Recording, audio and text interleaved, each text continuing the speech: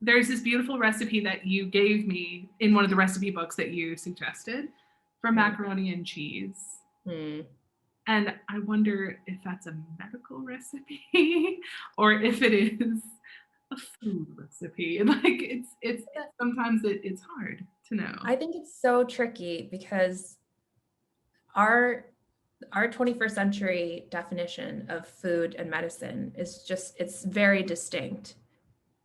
And I think, I mean, if we're talking about food as remedy, like macaroni and cheese, it's not really going to help you. It's just a comforting thing. Like soup is comforting. That's why you eat it when you're sick, kind of thing. But in that period, I don't believe there was really much of a concept of this is food and this is medicine, because a lot of things like, it's actually in the Royal College archive, one of their recipe books. There's a recipe to pickle walnuts physically.